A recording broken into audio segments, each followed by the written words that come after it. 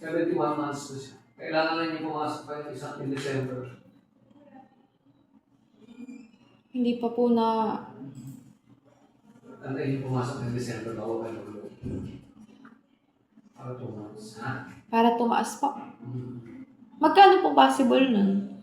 Kung ngayon siya kayo mag-loan, kung sakaling ngayon, ha? 9,000, mga 7 to 9,000.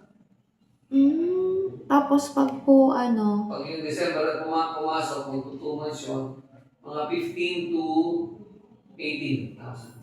pwede antayin pala. Okay? Sige po.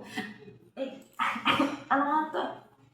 Pwede po kayong humingi na ng yung endorsement galing sa inyo pag magbubukas ng Pagpunta na lang nila. para isang isang lakad.